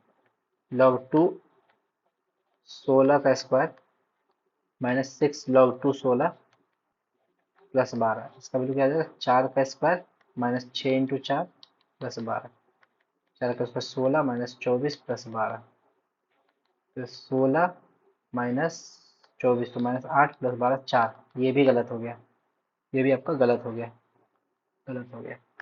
यानी कि आपका इसका केवल एक सॉल्यूशन होगा। इसका केवल एक सॉल्यूशन होगा 4 4। इसका सॉल्यूशन होगा x बराबर 4, y बराबर 4। केवल एक सॉल्यूशन, x के लिए एक हल है, एक हल है बी नंबर, वन सॉल्यूशन, और इसका कोई सॉल्यूशन नहीं होगा। अगला क्वेश्चन में आते हैं। x + 1/x का पावर 6 के विस्तार में अचल पद क्या होगा? इसके विस्तार में अचल पद देखते हैं। सबसे पहले टेक्निक देखते हैं इसमें क्या है। अगर हम लोग लिखते हैं a + b का पावर 2, a + b का पावर 3, a + b का पावर 4, a + b का पावर 5, a + b का पावर 6, ये निकालना है। a + b का पावर 7 निकालने का तरीका क्या है? सबसे पहले a + b का स्क्वायर, तो सबसे पहले क्या करेंगे? a स्क्वायर, ठीक है। फिर अगला टर्म क्या होगा? 2/1, जो पावर होता है उसको ले आएंगे, 2/1। अब a का पावर एक घटेगा, b का पावर एक बढ़ेगा, इंटू b का स्क्वायर, यानी कि हो गया a square + 2ab + b square. ये टेक्निक है निकालने का। अगला देखिए, a + b का क्यूब, a का पावर 3 लिख दिए। अगला टर्म क्या होगा? 3/1 इंटू a का पावर एक घटेगा, 3 था तो यहाँ 2 हो जाएगा, b का पावर एक बढ़ेगा, प्लस अगला, फिर 3 को इससे मल्टीप्लाई करेंगे 2 से, क्या आ जाएगा? 6/2। यहाँ एक था, यहाँ एक बढ़ गया 2, एक से बढ़ गया 2, इंटू a का पावर एक घटेगा, b का पावर एक बढ़ेगा, ये कितना हो गया? 3। अगला फिर 3 से इसमें मल्टीप्लाई होगा, 3/3, यहाँ भी एक बढ़ेगा, 2 था तो 3 हो गया, इंटू b का क्यूब। तो ये तरीका है निकालने। 3 3 कट गया, तो इसको अगर सॉल्व करके लिखेंगे तो कितना हो जाएगा? a³ + 3a² b + 3ab² + b³, ये हमारा तरीका है। अगला देखिए, a + b का पावर 4, और लिखेंगे a4 प्लस पावर 4 है, 4/1 इंटू a का पावर एक घटेगा। अगला 4 × 12, 12/2, a का पावर 2, फिर यहाँ b का पावर 1 होगा, b का पावर 2, ये हो गया 6। अगला क्या हो जाएगा? 6 × 2, 6 में इस 2 को मल्टीप्लाई करेंगे, और यहाँ 2 था तो अगला 3 होगा, a का पावर 1, b का पावर 3, 3 से 2 बनो 4। अगला क्या हो जाएगा? 4 × 1/4, b का पावर 4, कट गया। इसको क्या लिखेंगे? a4 + 4a³ b + 6a² b² + 2, sorry 2 दूनी 4, 4ab³ + b4। तो a + b का पावर 4 निकल गया। अब देखिए a + b का पावर 5 निकालते हैं। सबसे पहले लिखेंगे a5 प्लस अगला 5/1, पावर था 5/1, a एक घटेगा, b एक बढ़ेगा। अगला 5 × 4, 20/2, ये 1 था यहाँ तो अगला में 2 आएगा, a³ b², 2 से कट जाएगा, 10 बढ़ेगा। अगला क्या होगा? 10 × 3, 10 × 3/3, a² b³, 3 3 कट गया। अगला क्या होगा? 10 × 2/4, a b4, 4 फिर 5 बार में। अगला क्या होगा? 5 × 2, 10/5।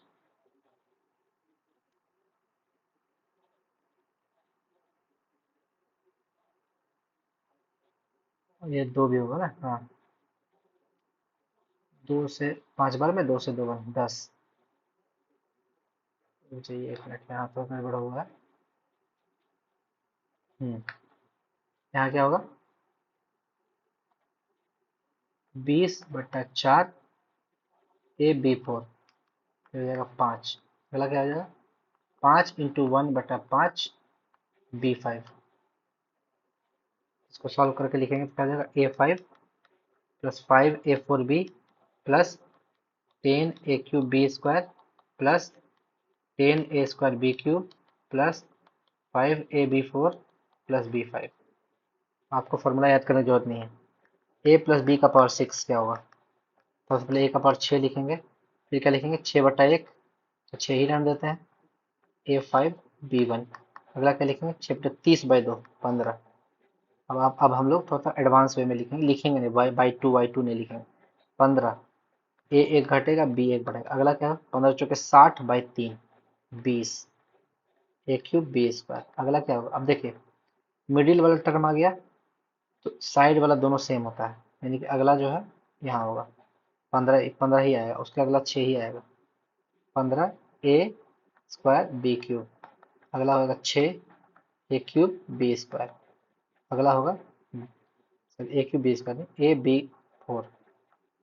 अगला होगा B5। यहाँ समझिए, पहला वाला का लास्ट वाला का सेम होता है। इसके आगे 1 है, इसके आगे भी 1 है। इसका इसका सेम होता है। इसके आगे 6 है तो इसके आगे 6 है। इसका इसका सेम होता है। इसका 15 तो इसका भी 15, लास्ट वाला 20। तो ये आपको समझ में आ जाएगा। 6 है तो चारे टर्म तक निकालना है, उसके बाद सेम लिख देना है।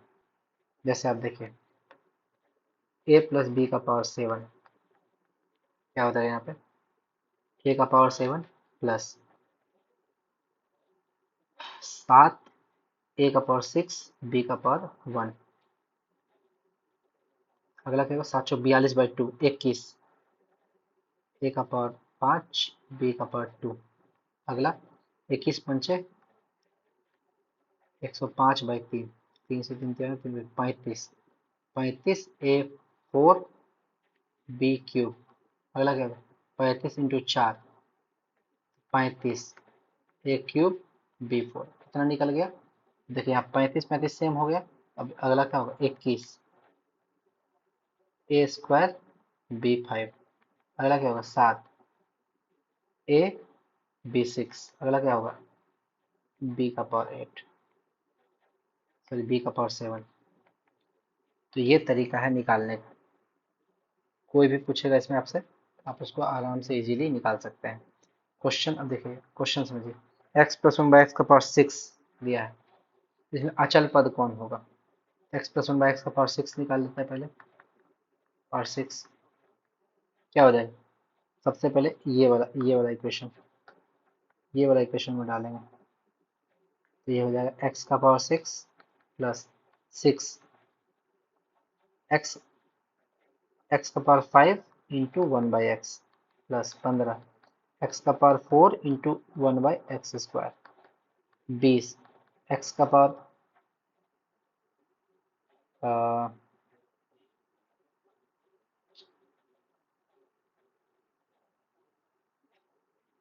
या क्यूब होगा, हाँ। x का पावर 3 इंटू 1/x का पावर 3 प्लस, अब यही रिपीट होगा 15x 4 15x sorry x² 1/x4 plus 6 x का पावर 5 x का पावर 1 इंटू 1/x का पावर 5 और यहाँ 1/x का पावर 6। तो इसमें समझिए आपका ये आ जाएगा x6 प्लस 1/x6। फर्स्ट और लास्ट हम बताया था जिसका पावर सेम होता है, फर्स्ट और लास्ट। अगला 6x4 plus 1/x4 plus 15x² plus 1/x² plus 20। इसमें देखिए क्यूब क्यूब कट जाएगा, तो इसमें अचल पद हमारा क्या हो गया? 20। ऑप्शन हमारा कौन हो जाएगा? ए नंबर। इस क्वेश्चन को इजीली भी समझाया जा सकता था, लेकिन ये आपको तरीका निकालना आना चाहिए कैसे निकलेगा। 65th बीपीएससी, ये 65th बीपीएससी और आपका 65th दिव्यांग वाला ये अगले वीडियो में बताऊंगा। आज के लिए इतना ही रन देते हैं। तो कैसा लगा आपको मेरा वीडियो ज़रूर कमेंट कीजिएगा, और मेरे चैनल को लाइक शेयर और सब्सक्राइब जरूर कीजिएगा। अपने दोस्तों को शेयर कर दीजिए जिसको इस वीडियो से बेनिफिट मिल सके।